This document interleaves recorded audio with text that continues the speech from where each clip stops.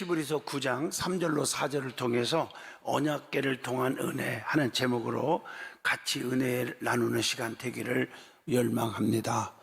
사람은 은혜 속에 살아야 돼요. 하나님의 은혜가 없이는 살 수가 없고요, 은혜 없이도 살 수 있다, 이건 교만이고 망하는 길이고요. 은혜가 너무 중요하다. 하나님 은혜를 더 풍성하게 내려주세요, 이렇게 기도하다 보면 하나님 은혜를 체험하게 되고, 그래서 우리의 얼굴빛도 바뀌어지고 또 여러분들의 삶의 질도 바꿔지고 부르는 각도도 달라진다고 볼 수 있습니다. 여러분, 노인은 누구고 어른은 누굽니까? 제가 항상 지나가다가 어른들을 만나면 노인 어른 이렇게 한 적이 없어요. 그냥 어르신 이렇게 제가 꼭 부르거든요. 차이가 뭐가 있을까요? 여러분, 시간이 흐를수록 부패하는 음식이 있고 발효가 되는 음식이 있듯이 사람도 나이가 들수록 노인이 되는 사람과 어른이 되는 사람이 있다고 하는 겁니다. 노인은 지식이 커진 사람이라고 말하면 어른은 마음이 커진 사람. 노인은 겉모습이 늙어가는 것을 슬퍼하지만 어른은 속사람이 강건해지고 충만해지는 것을 기뻐하고 즐거워한다는 것입니다. 노인은 자기 생각과 고집을 버리지 못하는 사람이고 어른은 상대에게 이해를 해주고 배려해주고 아량을 베풀 줄 아는 사람이라고 말을 합니다. 노인은 대가가 없이 받기만을 좋아하는 사람이지만 어른은 상대에 베풀어 주기를 좋아하는 사람입니다. 노인은 고독하고 애로움을 많이 타는 사람이라고 한다면 어른은 주변에 좋은 친구를 두고 활발하게 살아가는 사람이라고 말할 수 있습니다. 모르겠어요, 이 표현이 여러분에게 적절한지는 모르지만 노인은 공짜만 좋아하지만 어른은 그 대가를 반드시 지불하고자 합니다. 노인은 늙은 사람이고 어른은 존경받는 사람. 노인이 많으면 사회가 병약해지지만 어른이 많으면 많을수록 사회가 윤택해지는 겁니다. 늙어가면서 나이가 들어가면서 절대로 노인이 되지 말고 어른이 될 수 있기를 진심으로 축복합니다. 교회 안에서도 은혜가 충만히 받고 사는 사람은 어른이 되는 거예요. 직분을 가지면 가질수록 좀 품위가 있고 하나님 앞에 좀 존경받, 사랑받는 그런 성도가 될 수 있기를 축복합니다. 사람들은 살아가면서 자기의 힘과 자기의 노력과 자기의 지식과 경험으로 성공할 수 있다고 생각합니다. 그런데 그것은 천만의 만만의 말씀이고 교만입니다. 엄밀히 살펴보면 우리의 힘으로 되는 거 하나도 없습니다. 인간은 하나님의 도움이 없이는 절대로 살 수가 없는 존재들입니다. 다시 말하면 하나님의 은혜 속에 살아야 행복하고 축복이라는 거예요. 우리의 힘으로 능으로 되는 것이 없다는 거예요. 스가랴 4장 6절 말씀처럼 하나님의 능력으로만 된다, 이렇게 말하고 있습니다. 하나님은 자기 백성들에게는 엄청난 축복을 막 주시지만 이방인들에게는 가혹하게 대했음을 성경 전체를 통해서 우리가 알게 되잖아요.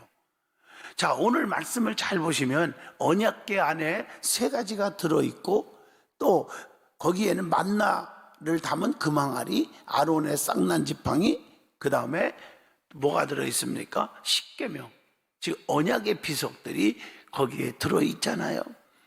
하나님의 백성들에게 이 언약궤는 하나님의 임재를 의미합니다. 하나님의 살아 역사하셨음을 깨닫게 해주는 거죠. 그리고 언약궤를 통해서 또 하나님의 은혜를 더 깊이 생각하게 해주는 거예요. 감사하게 만들어주는 거예요. 그래서 그 언약궤를 앞세우고 나가는 곳에는 하나님의 도우심으로 엄청난 축복과 기적들이 일어났습니다. 오늘 여러분, 여러분의 가슴 속에 언약궤로 품을 수 있기를 축복합니다. 오늘 말씀에 나오는 언약궤를 통한 하나님의 은혜의 역사에 대해서 은혜를 받고자 합니다. 자, 하나님은 항상 양면성을 보여주는 분임을 깨닫게 해주고 있습니다. 성경에 나오는 기적은 두 가지로 나타납니다. 기적이 뭡니까? 인간의 힘으로 안 되는 거, 되어지는 것이 기적입니다. 택한 자들에게는 구원과 축복의 기적을 주시지만 이방인에게는 멸망과 저주의 기적이 나타납니다. 다시 말하면 하나님을 잘 믿고 하나님의 능력을 의지하고 믿음으로 겸손하게 살아가는 자에게는 축복과 은총이 엄청나게 임하고 있지만은 그걸 깨닫지 못하는 믿음 없는 자들의 세계에서는 축복과 저주 덩어리가 되더라는 거예요. 제가 너희 부흥회를 인도하면서 이 설교를 정말 빼놓지 않고 하는 설교입니다. 홍해 바다가 갈라지는 기적, 분명히 기적이죠. 근데 두 가지 또 나타나잖아요. 자기 하나님의 백성들에게는 구원의 기적이 체험됩니다. 출애굽기 14장 16절의 말씀입니다. 그러나 애국 군사들 오랑캐들은 홍해에 빠져서 다 수장되어 죽게 되는 기적이 일어났습니다. 출애굽기 14장 28절입니다. 여러분들, 남이 축복을 받고 기적이 일어난다고 나도 축복인 줄 착각하면 안 됩니다. 여러분 잘 이해하고 들으시기를 축복합니다. 남이 사업이 잘 되니까 어머나 나도 잘 되네, 야 잘 되는 세계인가 보다, 천만의 말씀입니다. 여러분, 하나님의 법궤도 오늘 말씀에 두 가지 기적이 일어나잖아요. 택한 백성들에게는 요단강이 갈라지고 전쟁에서 이기게 되고, 여호수아 3장 13절에 나오잖아요. 여호수아 6장 6절의 말씀도 나오잖아요. 양강나팔 7을 잡고 하나님의 궤 앞에서 나아가라. 그러니까 여리고성이 무너지잖아요. 블레셋이 법궤를 뺏어갔지만 그러나 저주의 기적이 일어나는 거예요. 다곤 신전에서 다곤이 다리가 부러지고 엎어지는 저주가 일어났어요. 자기 애가 믿는 그 우상 다곤 신이 최고인 줄 알았는데 거기다가 세상의 법궤 앞에서 다 엎어지고 다리가 부러지고 난리가 난 거예요. 사무엘상 5장 3절로 4절에 기록되어 있습니다. 그리고 그 법궤를 옮겨가는 곳마다 하나님의 백성들에게는 막 기적이 일어났기 때문에 우리도 일어날 줄 알고 막 옮겨가는 곳마다 독종으로 고통 속에 다 죽어가는 거예요. 사무엘상 5장 6절에 기록되어 있습니다. 자, 성경에 보면 이렇게 양면성 있음을 깨우쳐주는 말씀들이 있다는 것을 아셔야 합니다. 여러분, 성도들 봐도 어떤 사람들은 깜짝 놀랄 만한 그런 역사가 일어나는 사람도 있잖아요. 또 어떤 사람은 하는 것마다 실패하고 우울하고 되지를 않는 분들이 있잖아요. 똑같은 원리라고 생각해요. 오늘 여러분 이 말씀을 듣고 깨달으면 여러분 변화의 축복의 기적이 일어나기를 바랍니다. 신명기 28장만 딱 보십시오. 거기 봐도 너희가 이 말씀대로 순종하면 뭐라겠어요? 이 모든 복이 내게 임하리라. 자, 신명기 28장 1절의 말씀입니다. 나가도 복을 받고 들어와도 복을 주신다. 신명기 28장 6절에 말씀하고 있습니다. 그러나 말씀대로 순종치 아니하면 이 모든 저주가 내게 임한다고 신명기 28장 15절에 말씀했어요. 그러니까 말씀을 붙잡고 말씀을 사모하고 말씀대로 살려고 하는 사람에게만 들어와도 복을 받고 나가도 복을 주시는데, 그렇지 못하면 세상 일에 너무 바빠가지고 주님 말씀에 접하지를 않고 은혜대로 안 살면 어떻게 됩니까? 신명기 28장 19절, 내가 들어와도 저주를 받고 나가도 저주를 받으리라. 하는 일마다 안 된다. 이렇게 성경은 분명히 기록되어 있어요. 자, 믿는 자는 영생을, 불신자는 지옥을. 이게 성경 66권 전체 핵심이고 기독교의 근본 진리입니다. 요한복음 3장 36절을 보면 아들을 믿는 자에게는, 즉 예수를 믿는 자에게는 영생이 있고 그 아들에게 순종하지 아니하는 자는, 믿지 아니하는 자는 영생을 보지 못하고 도리어 하나님의 진노가 그 위에 머물러 있느니라. 이렇게 말씀하고 있어요. 여러분, 문설주에 양의 피를 발라서 그 안에 들어온 자는 다 구원받았어요. 그런데 밖에 있는 자들은, 모든 장자들이 그냥 다 죽어서 통곡의 소리가 하늘을 찔렀어요. 출애굽기 12장 13절입니다.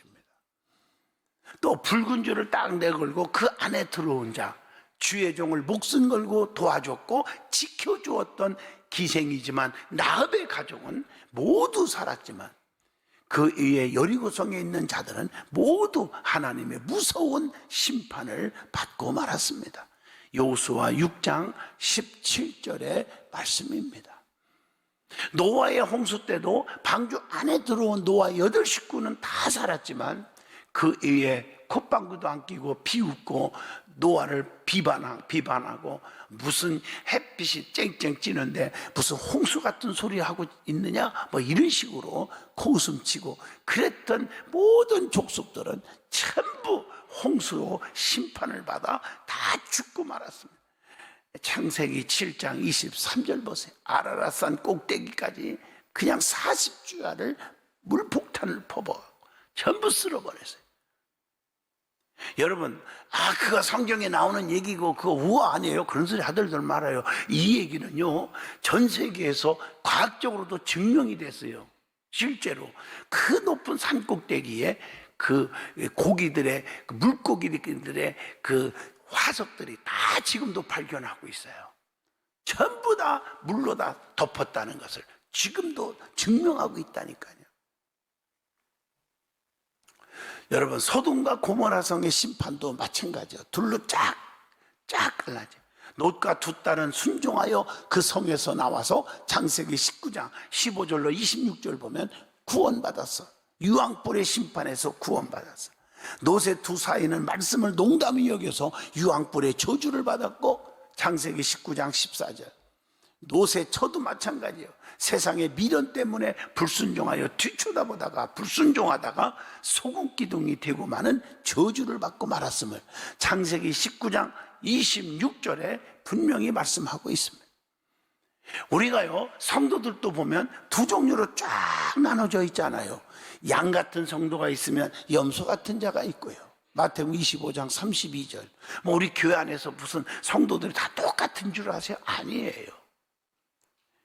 알곡과 열매가 있으면 가라지와 쭉종이 같은 신자가 있어요. 마태복음 3장 12절. 이건 직분에 관계없어요. 제가 설교하는 것은. 오른편에 서는 자가 있으면 늘 삐딱이, 좌편에 선 자가 있어요. 마태복음 25장 33절의 말씀. 예배를 드리러 온 자가 있으면 예배를 보러 오는 자가 있어요. 요한복음 4장 23절. 그러니까 예배 끝나고 나면 좋은 소리를 못해. 은혜 엄청 받았습니다, 그런 소리가 안 나오고 불평 불만이 가득 차 있어요. 마태복음 25장 1절로 13절 보면 기름을 준비한 슬기로운 5 처녀가 있는가 하면 미련한 기름 준비하지 못한 5 처녀가 있다고 성경은 가르쳐 주잖아요. 또 피스메이커가 있는가 하면 트러블 메이커가 있잖아요. 야고보서 3장 17절로 18절의 말씀을 여러분 참고하시기를 바랍니다. 또 영에 속한 자가 있는가 하면 육에 속한 자가 있어. 로마서 8장 5절로 6절의 말씀입니다. 그 결과는 제가 설명 안 해도 다 아시잖아요. 영에 속한 자는 영의 일을 생각하고 육에 속한 자는 육의 일을 생각하나니 육의 생각은 사망이요 영의 생각은 생명과 평안을 얻느니라. 신앙생활도 믿음이 쑥쑥쑥 전진하는 거예요. 그냥 믿음이 자라는 거예요. 제자리 걸음하지 말고 자라는 거예요. 제가 이렇게 만나는 사람마다 복음을 전해요. 뭐 맨발 걷기 하면서도 많이 만나고, 산에 올라가서도 만나고, 천천안에서도 만나고, 엊그제 서울 갔다 오면서 차가 많이 막히니까 그냥 버스를 타고 왔어요. 제가 버스 탔어요. 다 만나. 그 예수 옆자리 있는 사람 만나면 예수 믿으세요. 그러면 전부들 저기 보면 다 다녔는데 코로나 팬데믹 속에서 안 나가기 시작하니까 믿음이 빵점으로 내려가 버렸어요. 아유, 이제 옛날에 잘 다녔죠. 이제 귀찮아서 못 다녀요. 아이, 바빠요. 그 믿음이 빵점인 것을 눈에 보여. 그냥 완전히. 아이고, 큰일 났네요. 뭐가 큰일 났어요? 그러면서 딱딱 내리면서 한번 제 말을 듣고 생각해 보세요 하고 내려버렸어요. 아마 저를 걸어가는 저 모습을 보고 저한테 욕을 퍼붓는지 뭐 고맙다고 했는지 나는 그걸 모르겠지만은 뭐 알 바 아니고 생각 깊이 해보세요. 큰일 났습니다. 네, 이러고 내렸어요. 잘했죠? 예, 큰일 났죠. 믿음이 바닥 쳤는데 끝나는 거지. 예? 바닥 쳤다는 말이 뭔 줄 알아요? 어떤 분이 주식 투자를 많이 하는데 막 그냥 자살해 죽으려고 준비하더래. 그래서 상담해갖고 그걸 고쳤대. 돈이 인생의 전부가 아니다. 왜 그러냐니까 주식을 다 올빵을 했는데 아주 그냥 주식이 바닥 쳐버렸대. 다 그냥 집값도 바닥 쳐버리고 살 필요가 없대. 자기는 그 네가 잘못한 거지 이놈아. 하나님이 잘못한 거니. 또 믿음이 빵점이라 그래. 이 나쁜 놈아. 이렇게 하려다가 속으로만 하고 말았어요. 내가. 여러분, 믿음이 바닥치면 끝나는 겁니다. 정신 바짝 차려. 그래서 늘 깨어서 기도하고 하는 찬송이 있고요.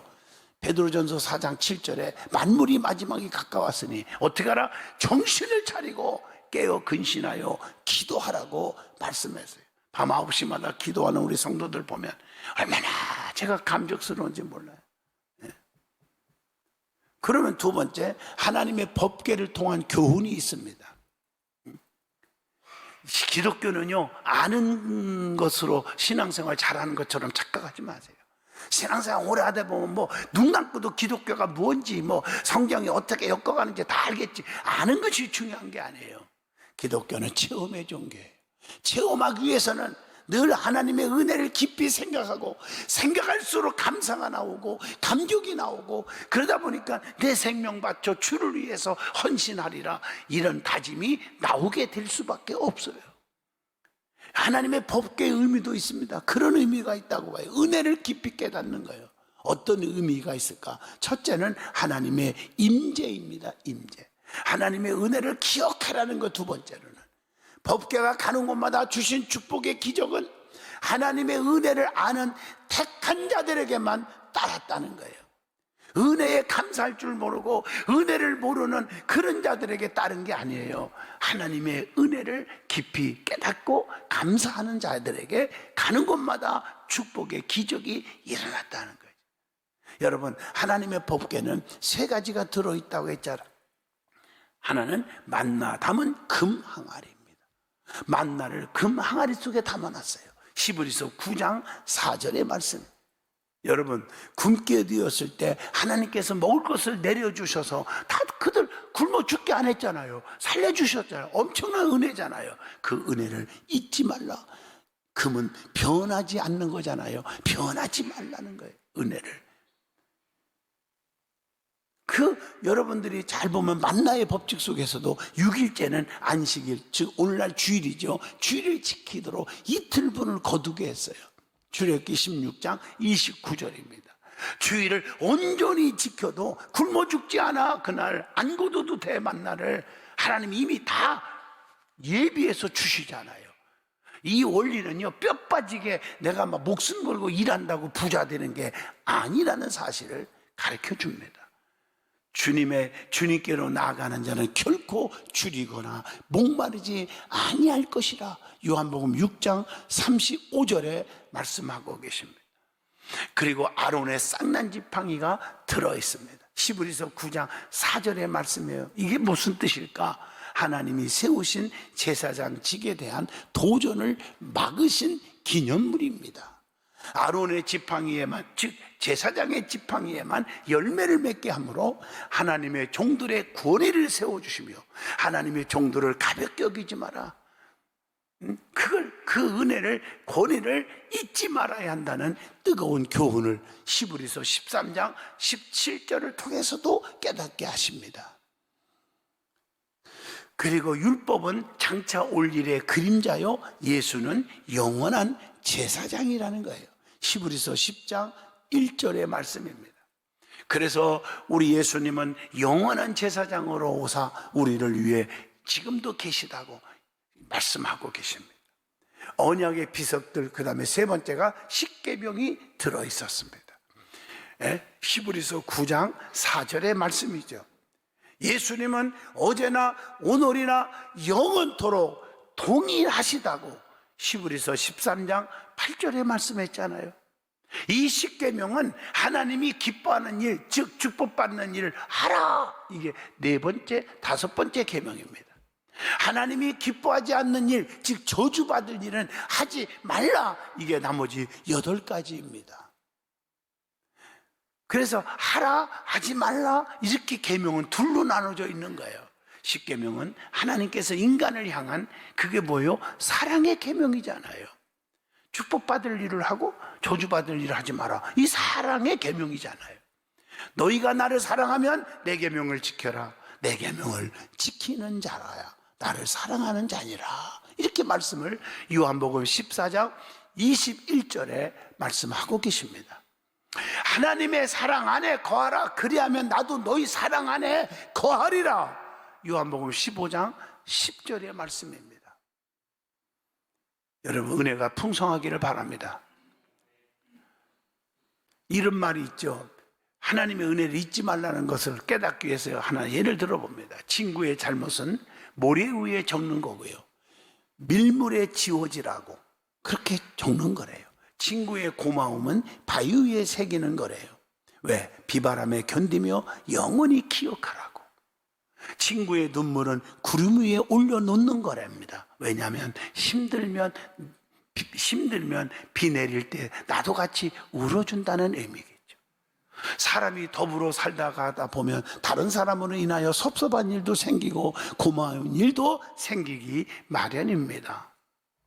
대부분의 사람들은 고마움을 빨리 잊어버리고 서운한 감정을 오래오래 남겨두는 것 같아서 그냥 원수로 사는 것을 보게 됩니다. 지혜로운 사람은 고마움은 오래 기억하고 섭섭함은 빨리 털어버려서 서운함을 빨리 잊고 살아야 인간관계가 아름다워지는 거예요. 우리가 신앙생활도 마찬가지예요. 기분 따라 하지 말고 하나님이 받은 은혜를 깊이 생각하면 생각할수록 평생 갚아도 갚을 길이 없는 은혜 아닙니까? 그 은혜를 깊이 잊어먹지 마시고요, 가슴에 새기시기를 축복합니다. 하나님 왜 나에게 이런 일이 생깁니까? 원망, 불평하면요 오히려 여러분 손해입니다. 하나님과 깊은 교제가 이루어지기를 주 이름으로 축복합니다.